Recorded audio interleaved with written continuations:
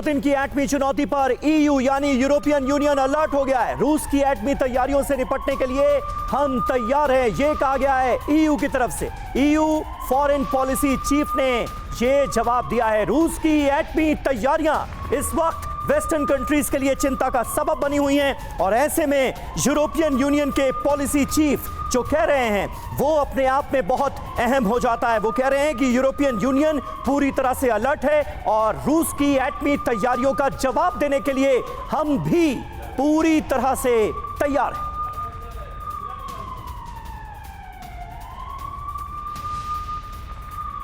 तो देखिए, दुनिया में दो धड़े किस तरह से साफ तौर पर बढ़ते हुए नजर आ रहे हैं, कैसे युद्ध की चिंगारियां भड़क रही हैं। आइए देखते हैं कि यूरोपीय यूनियन ने रूस को लेकर और क्या कुछ कहा है।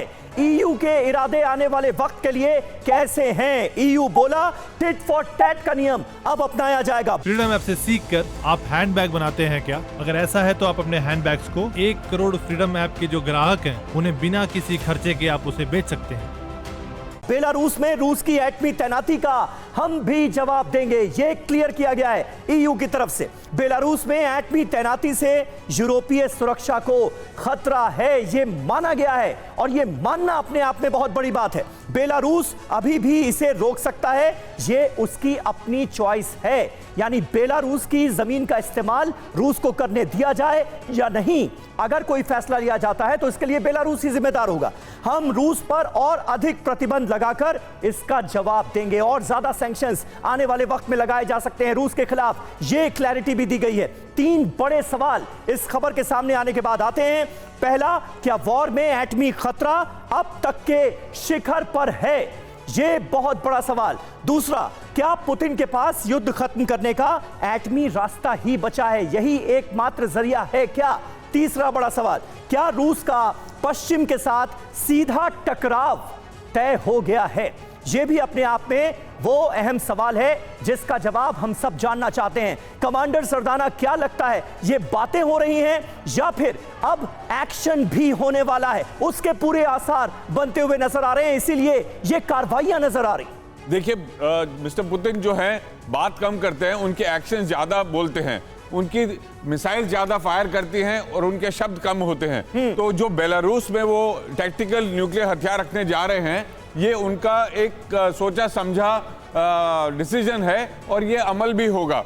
इसका फर्क बाकी यूरोपियन देशों पे, ईयू पे, सरदाना सर, आप ये बहुत बड़ी बात बोल रहे हैं, अमल भी होगा यानी कि न्यूक्लियर वॉर होगा। आप ये न्यूक्लियर वॉर नहीं होगा, उनकी डिप्लॉयमेंट होगी। अच्छा, न्यूक्लियर हथियार कब इस्तेमाल करना है वो उनके ऊपर है। नहीं, लेकिन ईयू की धमकियों को किस तरह से आप देखते हैं? ईयू के पास किस तरह की शक्तियां हैं? क्या कर सकता है यूरोपियन यूनियन? बातें तो बड़ी बड़ी की जा रही।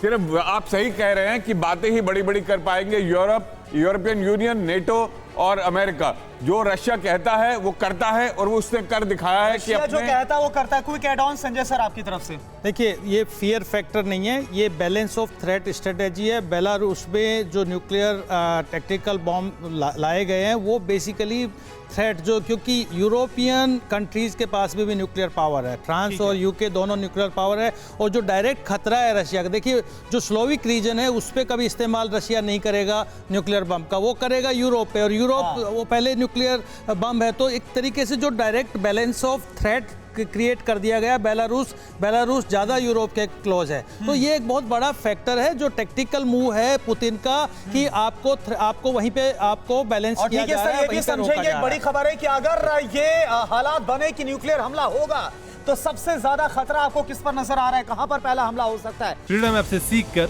आप हैंडबैग बनाते हैं क्या? अगर ऐसा है तो आप अपने हैंडबैग्स को 1 करोड़ फ्रीडम ऐप के जो ग्राहक हैं उन्हें बिना किसी खर्चे के आप उसे बेच सकते हैं।